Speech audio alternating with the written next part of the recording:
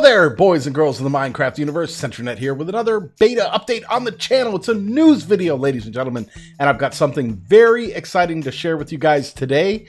We had a brand new Minecraft beta drop earlier for the Bedrock version of the game, and we have in front of us the 1.16.0.61 beta for Xbox One, Windows 10, and Android drop earlier today. Now I'm running a little bit late with this video, and you guys are actually going to see this tomorrow morning. I don't know why I keep saying today, but I was wrapped up in a stream. I was crazy busy at work, so we're going to go ahead and we're going to crush our way right through this.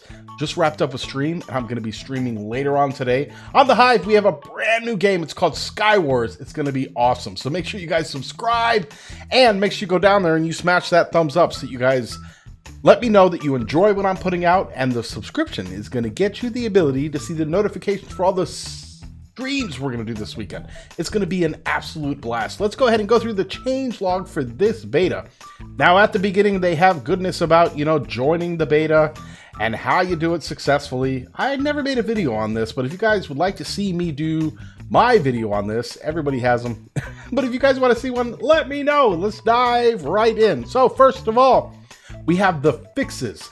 So they have updates for crashes and stabilities. So they fixed several crashes that could occur during gameplay.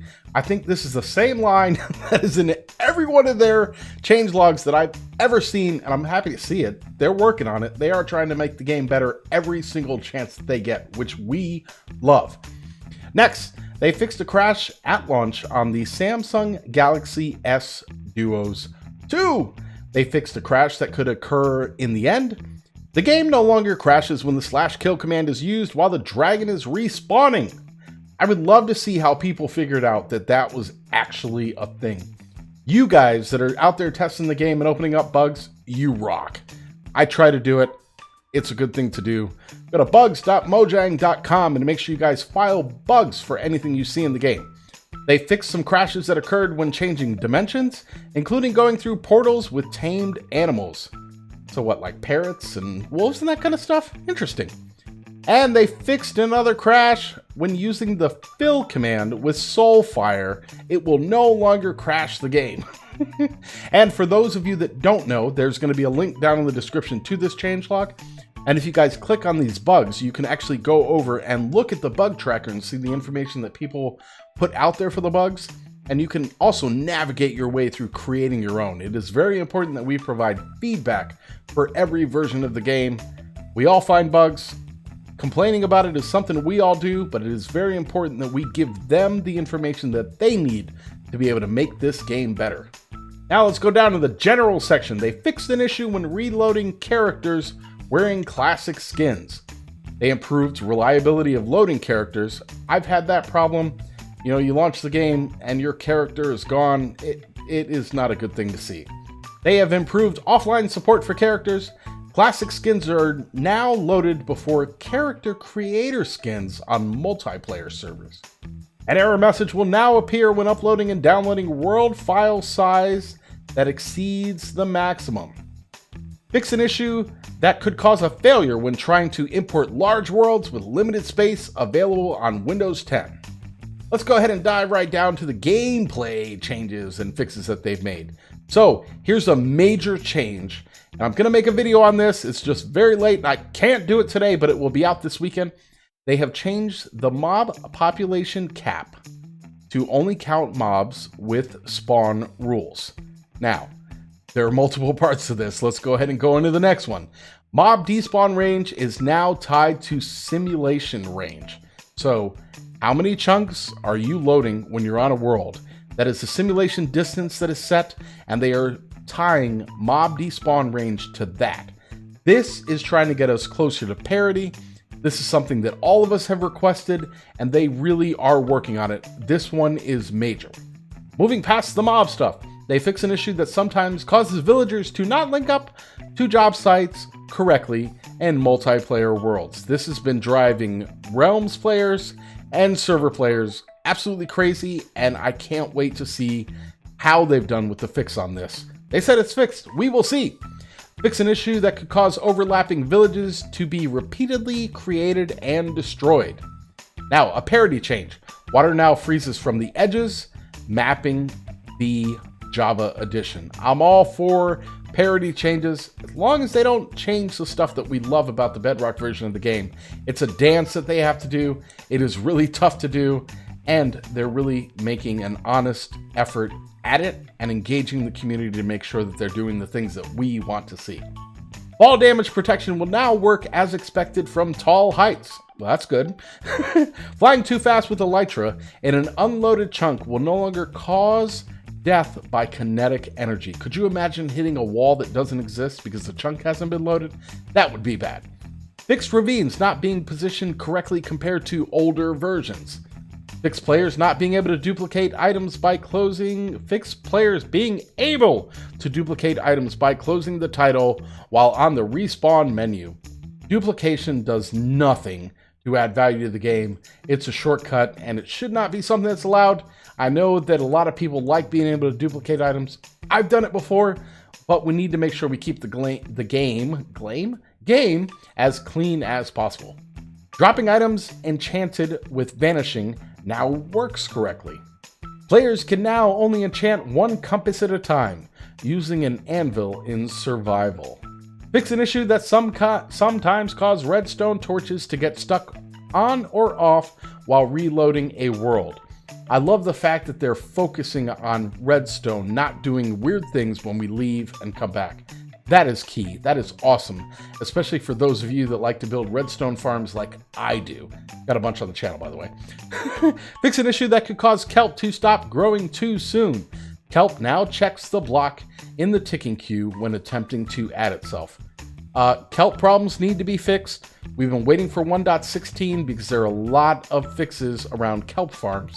And the one that I have on my channel, the tutorial for it, will actually work now in 1.16 again, because it broke in 1.14, and I'm really excited that's going to work. I know you guys love that video, and I've been telling you guys to wait. The help is on the way.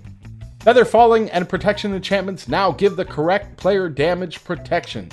Nice. Let's go ahead and dive right into the mob fixes or changes. Parrots no longer get stuck in flight mode. Well, that's good. How would you like to land and always have your wings open? Mobs that panic now do so for all damage types, so consistency is key. Mobs that can pick up armor now prioritize iron over chainmail.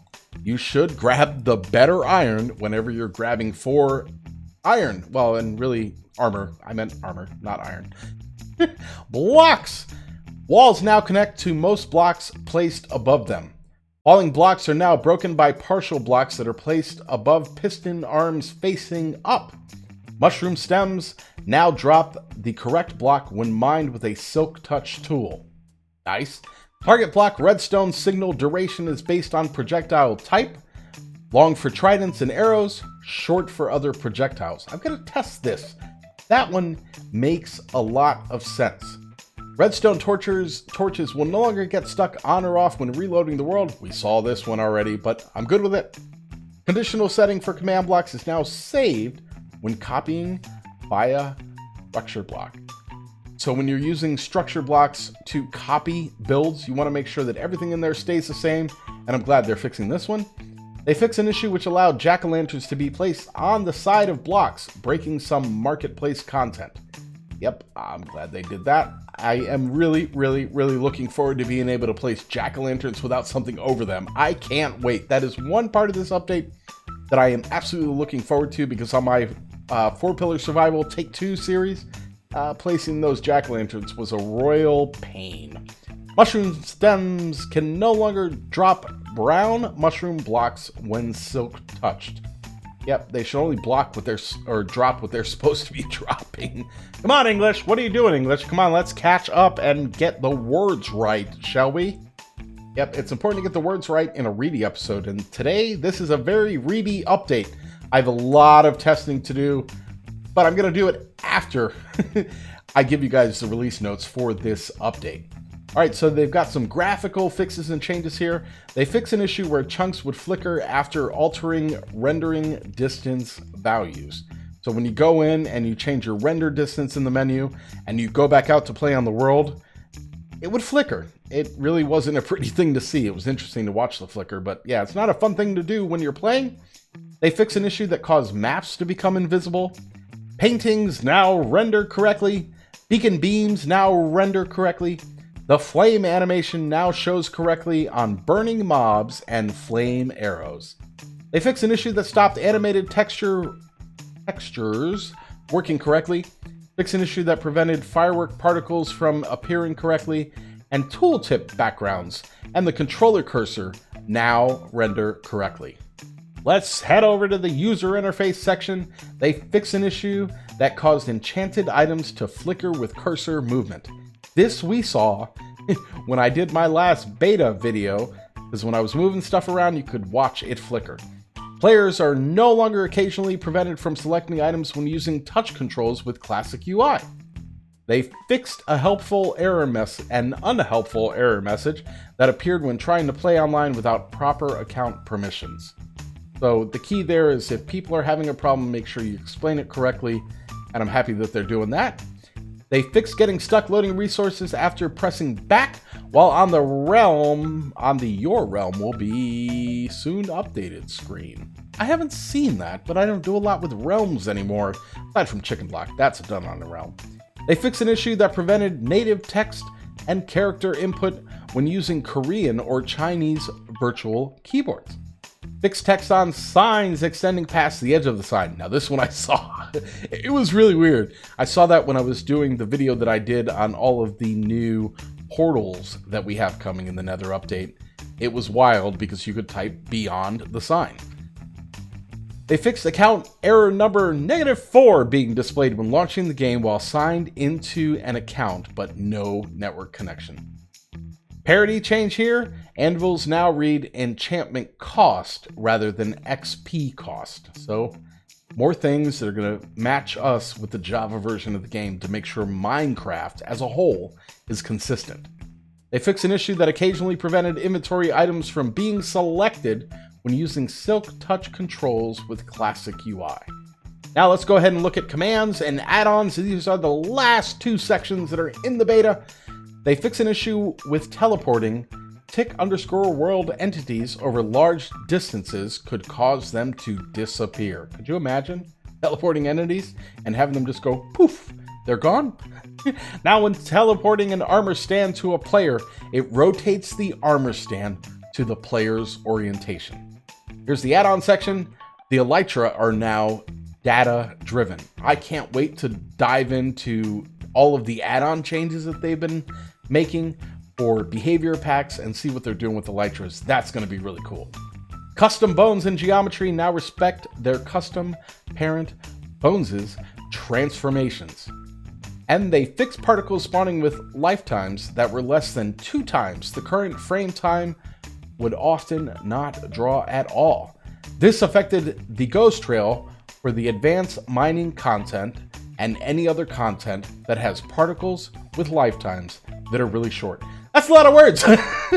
I'm sure I butchered like 95% of them, but I think it's really important that you guys get to see what's coming out in the next beta. And hopefully me reading this stuff to you is more fun than going down there and reading the words. But if it's not, and if you guys want to double check anything that I said, make sure you go down to the description. I always have a link to the release notes for the beta. Go out there and play it, give them feedback, make sure you guys open bugs on it. I will also make sure I have a link to the bug tracker down there in the description. Guys, thank you so much for watching. If you guys like this video, like I said before, make sure you smash that thumbs up button. Lets me know that you guys enjoy the content that I'm putting out. And if you guys loved it, make sure you subscribe if you are new. And if you're not new, thank you so much. Love you guys. Thank you for coming back. I will see you guys in the next one. This is SentreNet, and I'm out.